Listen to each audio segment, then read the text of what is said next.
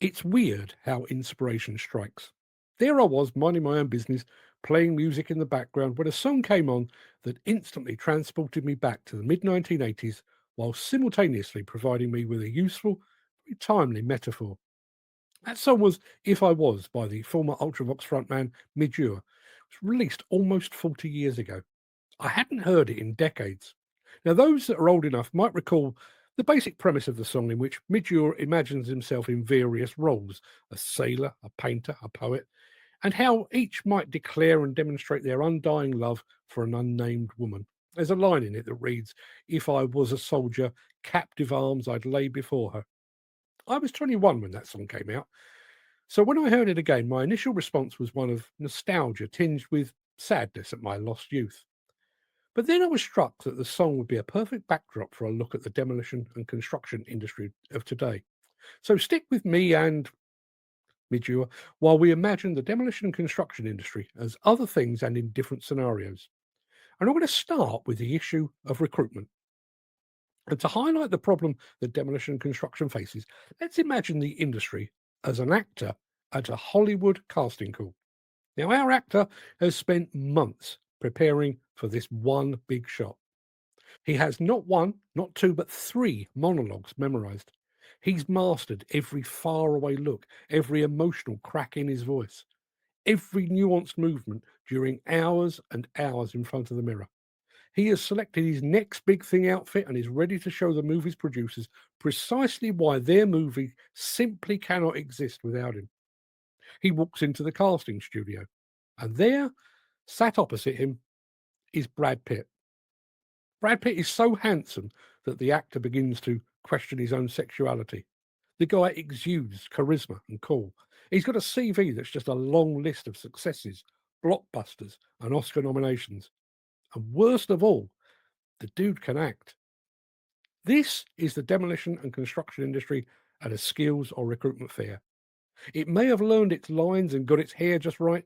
It might actually think it's the career of choice.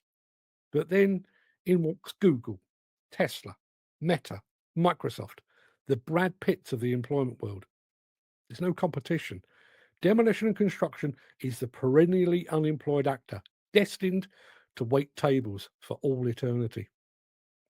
Now, for the next bit, let me borrow even more from Midge Ure. Imagine the industry as a soldier.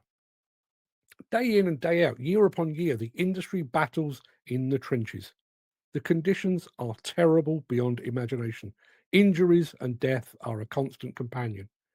Thanks to a leadership that is far removed from the dirt and shrapnel, the muck and the bullets, the industry is constantly vulnerable, constantly exposed.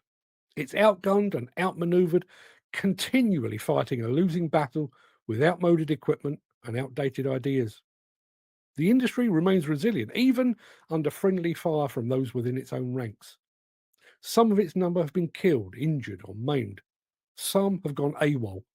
Some have simply lost the will to keep fighting a war in which there is too much pain for too little gain. Yet that soldier will fight until he's the last man standing, and even then he won't surrender.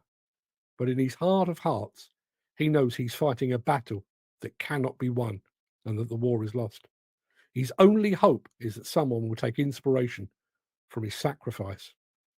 Now, given that this entire story was inspired by a song, let's imagine the demolition and construction industry as a band.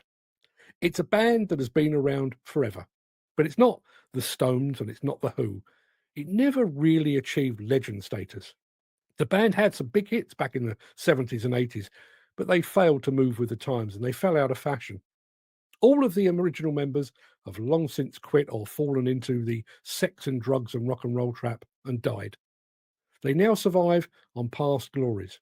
The only connection to the golden age is the drummer, who is the nephew of the band's original bass player back in its heyday. While Jagger and Richards, Townsend and Daltrey are still playing to packed stadiums on lucrative world tours, this band is now playing to 100 or so nostalgia buffs and die-hard fans at a Butlin Soul Weekender. My final metaphor is one that I've used previously in past articles and monologues, and it's that of the boxer. A boxer that has taken one punch too many, that survives each new bout on bravery, instinct, and muscle memory alone. Each new blow moves the boxer closer and closer to retirement. In truth, a benevolent coach or manager would have thrown in the white towel of surrender by now, but they haven't. So the boxer keeps slugging away, hoping and praying for one more Hail Mary punch, one final haymaker to wind back the clock and remind the world of what it once was. But those days are gone. That was the past. The future is now one of posing for photographs, fists up with people. Some of those people might recall the glory years, the victories, the championships. Others will just see a bum that took too much punishment and is now just a shambling and embarrassing reminder of what he used to be. So, as our demolition and construction industry stands centre stage in these borrowed guises, the hopeful actor, the embattled soldier, the faded rock band, the weary boxer, what actually remains? Maybe there will be no grand declarations, no roaring climax. Maybe there'll just be a sober look at what is and what was. And maybe the best we can hope for now is the title of another Midge Ure song. No regrets.